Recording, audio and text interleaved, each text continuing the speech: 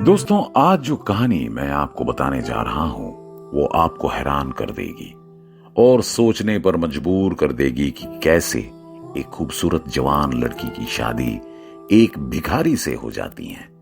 लेकिन सवाल यह है कि उसे इस भिखारी के साथ शादी करने के लिए क्या मजबूर किया गया था, या क्या उसने खुद ऐसा किया था। फिर उस भिखारी ने उस खूबसूरत जवान लड़की के साथ क्या किया और उसकी शादी एक खूबसूरत जवान औरत से कैसे हो गई। इन बातों के बारे में मैं आपको इस वीडियो में बताऊंगा, लेकिन उसके लिए इस वीडियो को अंत तक जरूर देखना होगा। मगर जिस दोस्तों ने अभी तक हमारे चैनल को सब्सक्राइब नहीं किया है, वह अभी इस वीडियो के नीचे दिए गए सब्सक्राइब बटन पर क्लिक करके हमारे चैनल को सब्सक्राइब कर लीजिए। इसके साथ पास के बेल आइकॉन को भी जरूर दबाएं। तो चलिए दोस्तों, शुरू करते हैं। दरअसल दोस्तों, बहुत समय पहले की बात है। एक अमीर और एक नेक आदमी अपनी खूबसूरत पत्नी के साथ सुख और शांति से रहता था। ऐसे ही एक दिन वो अपनी पत्नी के साथ रसोई की टेबल पर खाना खा रहा था। हालांकि टेबल हर तरह के मशहूर और खूबसूरत खाने से भरी हुई थी। उसमें हर तरह का स्वादिष्ट खाना था। दोनों पति पत्नी खाना खाने के लिए बिस्मिल्लाह कहने लगे और तभी उन्हें घर के बाहर से किसी की आवाज सुनाई दी, जो अल्लाह का नाम लेकर मदद मांग रहा था। यानी जब वे खाना खा रहे थे तो एक दरवेश यानी एक फकीर उनके घर के दरवाजे के सामने आया और मदद मांगने लगी और कहता रहा कि मैं बहुत दिनों से भूखा हूं, मैं कुछ भी नहीं खा सका, इसलिए अगर तुम्हारे घर में खाना है तो अल्लाह के नाम पर अगर तुम मुझे कुछ दे दो तो मैं अपनी भूख मिटा सकूंगा। फकीर की ये बात सुनकर उस आदमी ने अपनी पत्नी को आदेश दिया कि जाओ और रसोई में जो भी भोजन है उसे भिखारी की झोली में भर दो। पति के मुंह से ये बात सुनकर उसकी पत्नी ने किचन का सारा खाना उठाकर एक डिब्बे में भर लिया और भिखारी को खाना खिलाने के लिए बाहर चली गई और सारा खाना भिखारी के बैग में डाल दिया। जैसे ही उस औरत भिखारी के थैले में खाना दे रही थी, भिखारी की नजर उस आदमी की पत्नी के चेहरे पर पड़ी। औरत का चेहरा देखते ही भिखारी जोर जोर से रोने लगा और जब औरत के पति ने भिखारी को जोर जोर से रोने की आवाज सुनी तो वो कमरे से बाहर आया और अपनी पत्नी से पूछा कि इस भिखारी को क्या हुआ। भोजन के लिए उसे इतना कुछ दिया गया है, फिर भी वो रो क्यों रहा है।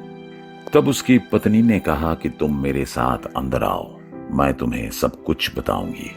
इसके बाद दोनों पति पत्नी सामने का दरवाजा बंद कर घर के अंदर चले गए। तब उस आदमी की पत्नी ने अपने पति से कहा कि ये भिखारी जो हमारे दरवाजे पर भीख मांगने आया था वो कभी मेरा पूर्व पति था। कई साल पहले ये भिखारी शहर का सबसे अमीर और इज्जतदार आदमी था और वो इस घर का मालिक भी था जिसमें हम आज रह रहे हैं, और मेरी पहली शादी इसी शख्स से हुई थी। शादी के कुछ दिन बाद हम लोग यही रसोई में साथ खाना खा रहे थे और हम खाना खाने ही वाले थे, तभी एक भिखारी ने हमारे दरवाजे पर दस्तक दी और कहा, अल्लाह के नाम पर मुझे कुछ खाने को दो, मैंने 3 दिन से कुछ नहीं खाया है, अल्लाह आपको खुशी और शांति भर देगा। ये सुनते ही मेरा वो पति महल से क्रोधित हो गया और उस भिखारी का इतना अमानवीय अपमान किया और उसे इतना पीटा कि उस अभागी भिखारी का शरीर खून से लथपथ हो गया और वो फकीर जख्मी शरीर के साथ जमीन पर गिर पड़ा। उसके बाद उस भिखारी ने न जाने मेरे पति को क्या श्राप दिया कि मेरे पति की हालत दिन ब दिन खराब होने लगी। उसका सारा कारोबार बंद होने लगा, यहां तक कि हमारा घर भी बेचना पड़ा और हमारी हालत गरीबी से भी बदतर हो गई। हमारे लिए 2 वक्त का भोजन जुटाना भी बहुत मुश्किल हो गया। इन सभी बुरे हालातों में उस शख्स ने मुझे तलाक भी दे दिया। कुछ साल बाद मेरी तुमसे शादी हो गई। अल्लाह की दुआ से मैं फिर इस घर में वापस आ गया। हालांकि अपनी पति से ये बातें सुनकर वो आदमी उदास हो गई और अपनी पत्नी से कहा, बेगम क्या तुम्हें मालूम है वो भिखारी कौन था जो उस समय तुम्हारे दरवाजे पर भीख मांगने आया था? उसकी पत्नी ने कहा, नहीं, मुझे ठीक से नहीं पता कि वो भिखारी कौन था जो उस दिन हमारे दरवाजे पर आया था। तब उसके पति ने उससे कहा, बेगम, उस समय जो भिखारी तुम्हारे दरवाजे पर खड़ा था वो कोई और नहीं, मैं ही था। पति के मुंह से ये बात सुनकर उनकी पत्नी को बहुत आश्चर्य हुआ और उन्होंने हाथ उठाकर अल्लाह से प्रार्थना की और कहा, हे अल्लाह, इस गरीब आदमी की जेब, उसकी छोटी छोटी चीजें, उसकी इज्जत, दौलत और खुशी से भर दो। मैं अब ठीक हूं क्योंकि उसने मुझे कार घर पड़ोस दिया। मैंने उस भिखारी का बैग, गाड़ी से सारा सामान भर दिया। तो दोस्तों, ऐसा ही होता है जब कोई इंसान किसी अच्छे इंसान पर नाजायज जुल्म करता है, तब सर्वशक्तिमान अल्लाह उसके पापों की सजा इसी तरह देता है।